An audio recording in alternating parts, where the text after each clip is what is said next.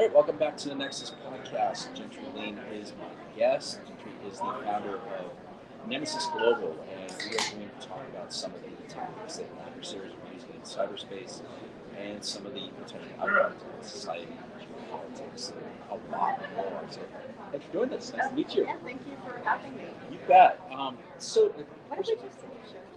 I'm sorry? What if we just sang show tunes or karaoke? Feel free. Nobody needs to hear that. Tell everybody a little bit about your company. Nemesis Global. You've never heard of us. We like it that way. We're one of those kind of companies that work with militaries in Europe. Gotcha. That. And, So, I know that you gave a talk here at RSA this week, and it's just basically like looking at some of these tactics and the outcomes of this. What are some of the everyone's talking about that, but we don't know. Like the people who are here, this is like the wrong conference to be talking about the threat of the major threat actors or their techniques. Same techniques, same TTP they've been using for the last 10 years. We're the same damage things. It doesn't work. So our topic is about why. Why does it? Because the first thing I don't think this is really like our conflict. I think cyberspace are weapons. Well, it's kind of controversial in some circles. But the first thing you do in a military conflict is to assess the current situation. And that means you have to say, who is doing what and why. There's a couple reasons why. That is you. So let's start there. What are some of the whys? Because you said the audience is. Yeah, I think so.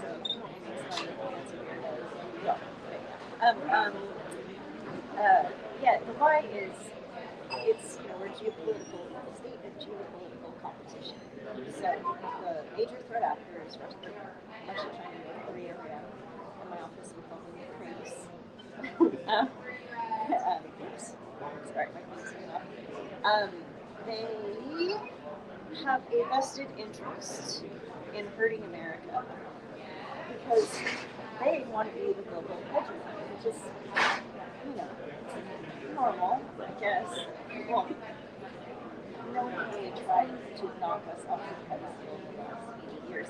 But, Russia and China have long histories where they were the global China for sure. The hedgehogs who sets the currency, sets the trends, has cultural influence, has military influence as well, geopolitical influence. And how do you hurt a hegemon?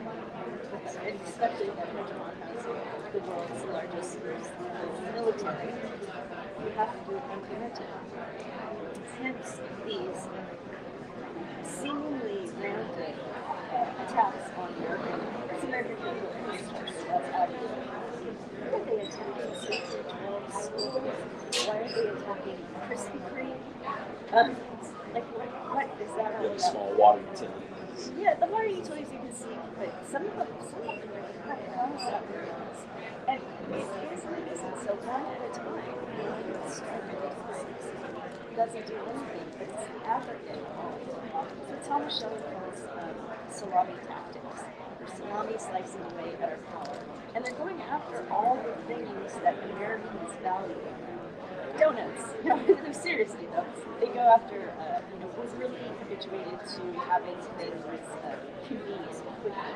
So they're going after email service, our logistics, software, things that you probably never thought of get product A to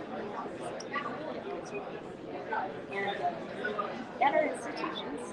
So like when companies always worry about, we're going to take out the grid, we're not going to take out the grid, we're not going to take out the grid. So what they want to do is make it so you flip on the switch, a light switch, maybe there's a 5-second delay, maybe it's a 10-second delay some days. You don't know why. It's going to be really hard convincing the American public that's China they're not. So trying to instill distrust in either service or whether tentacles. Yeah, distrust in our institutions. And there are all kinds of institutions. There are just the institutions of the government, but it's lots of different things. So distrust because they're compromising or not, they might be compromising strategic adversary. And then also, we're talk about their emphasis on military mobility. So anything that our military, because the deal is so, and transcom, which is in charge of moving things, but it all moves on the civilian sector, railroads or we need everything else to move things. So they're always going out there and moving customer logistics, which is super sexy. Right. Is it smart? It's a brilliant. Strategy. Yeah, it's brilliant, and we're not doing it back. Because it's beneath us? I don't know. Well, there's a Geneva Convention thing that says don't attack civilian critical infrastructure in times of not war. This is competition. Supposedly we're at war with illegal immigrants, and they're using war powers there. So in theory, could we use war powers for this too, as a way to pre-position strategic effects for use later? And salami tactics, as you put them, is it about?